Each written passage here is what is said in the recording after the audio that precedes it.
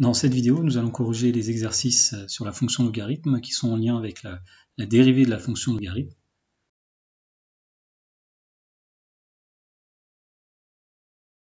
Dans l'exercice 11, on donnait des fonctions et on demandait dans chaque cas de calculer la fonction dérivée de f. Dans la première question, donc, la fonction f était définie par f de x égale ln de x plus x au cube. On a une somme, donc il suffit de dériver chaque terme séparément. La dérivée de ln de x, c'est 1 sur x. La dérivée de x au cube, c'est 3x carré. Donc f' de x, c'est 1 sur x plus 3x carré. Dans la deuxième question, on donnait cette fois-ci la fonction f définie par un produit. C'était donc x carré moins 1 fois ln de x. Pour dériver cette fonction, on applique la formule sur la dérivée d'un produit.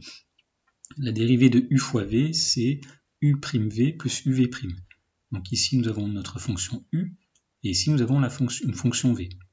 Donc quand on applique cette formule de dérivation, donc u' fois v, c'est-à-dire 2x fois ln de x, plus uv', donc x carré moins 1, fois la dérivée de ln de x, 1 sur x.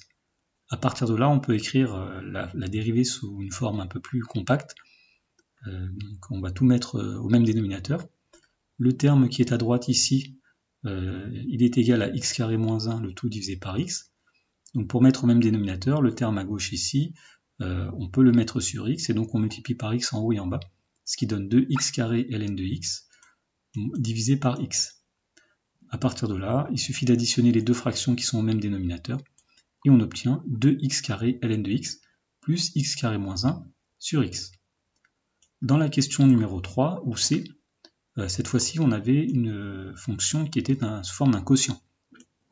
Donc f de x égale 2 plus 3 ln de x sur x plus 2. Donc la dérivée d'un quotient u sur v, on connaît la formule, c'est u'v plus moins uv' sur v carré. Donc ici la fonction u, c'est la fonction qui est au numérateur, la fonction v, c'est celle qui est au dénominateur. Donc lorsqu'on applique la formule, on commence par faire donc u', donc la dérivée de 2 plus 3 ln de x, la dérivée de 2 c'est 0. La dérivée de 3 fois quelque chose, c'est 3 fois la dérivée du quelque chose, sachant que la dérivée de ln de x c'est 1 sur x. Donc la dérivée de 3 ln de x, c'est 3 fois 1 sur x. On multiplie ça par le dénominateur x plus 2, moins u fois v', donc u c'est la fonction qui est au numérateur 2 plus 3 ln de x, fois v', la dérivée de x plus 2, c'est 1. Le tout étant divisé par v au carré. On poursuit le calcul. Alors on va développer le 3 fois 1 sur x, on va le développer sur le x. 1 sur x fois x, ça donne 1, donc 3 fois 1, il reste 3. Plus 3 fois 1 sur x plus 2, 3 fois 2, 6, on obtient donc 6 sur x. Moins, alors multiplié par 1 ne change rien. On a un moins devant une parenthèse. On change tous les signes à l'intérieur de la parenthèse si on souhaite se débarrasser des parenthèses. Et pour finir, donc, on regroupe le nombre 3 avec moins 2 qui va donner 1. 6 sur x, qui ne change pas, moins 3 ln de x, divisé par x plus 2 au carré.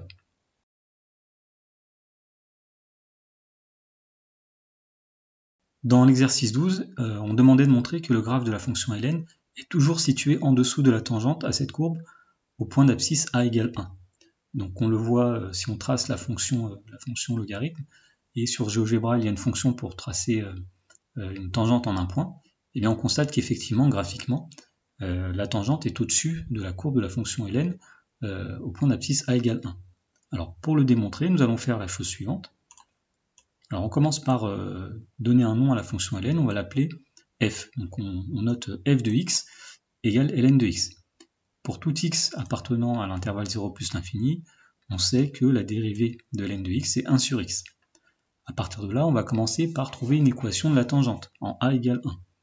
On connaît une formule, donc on connaît la formule du cours qui dit que une équation de la tangente en a égale 1, c'est donné par la formule y égale f' de 1 fois x moins 1 plus f de 1.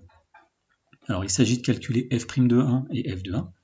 Pour f de 1, eh bien, étant donné que la fonction f c'est la fonction logarithme, f de 1 c'est ln de 1, c'est-à-dire 0. f' de 1, eh bien, il suffit de reprendre l'expression de la dérivée et de remplacer x par 1. Donc f' de 1, c'est 1 sur 1, c'est-à-dire 1. Donc si on remplace tout ça maintenant dans l'équation de la tangente qui est ici, eh bien on obtient la chose suivante.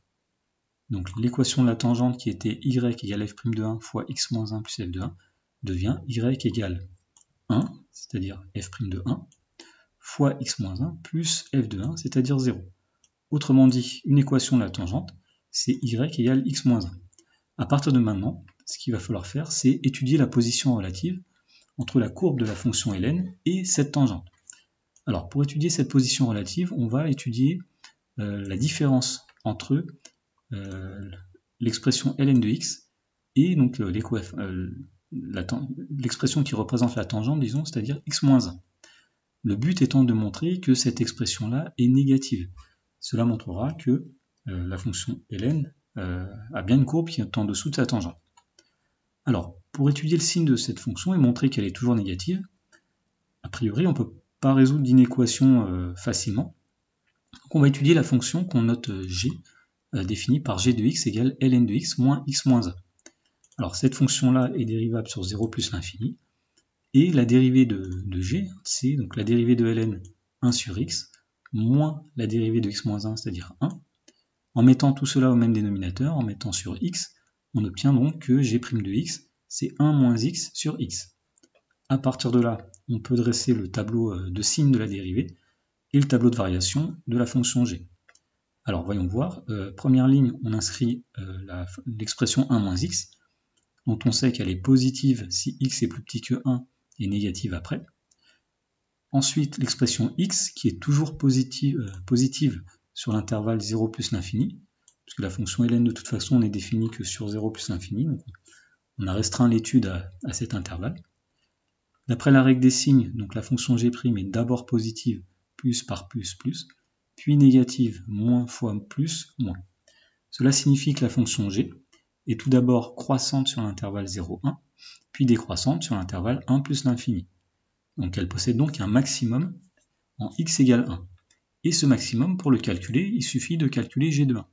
G de 1, c'est donc ln de 1 moins 1 moins 1. Donc si on reprend l'expression de la fonction g, g de x, c'était ln de x moins x moins 1.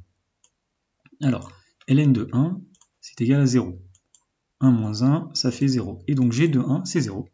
Autrement dit, la fonction g possède un maximum qui est 0. C'est ce que j'ai écrit ici. Donc pour tout x strictement positif, g de x est inférieur ou égal à 0. Autrement dit, l'expression ln de x moins x moins 1 est toujours plus petite que 0.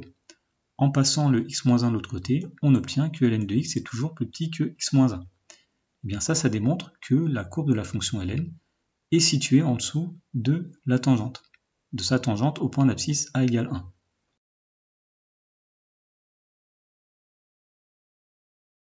Dans l'exercice 13, il fallait calculer dans chaque cas la dérivée de la fonction f qui était proposée. Et les fonctions qui étaient proposées, c'était des composés avec la fonction ln. C'était des fonctions de la forme ln de u. Alors elles étaient toutes définies sur grand R. Voyons voir la première fonction. Donc la première fonction, c'était f de x égale ln de x carré plus 4. Alors pour dériver cette fonction-là, il faut utiliser la formule du cours qui dit que la dérivée de ln de u, c'est u' sur u. Donc notre fonction u ici, c'est x carré plus 4. Donc on va mettre au numérateur la dérivée de x carré plus 4 sur x carré plus 4.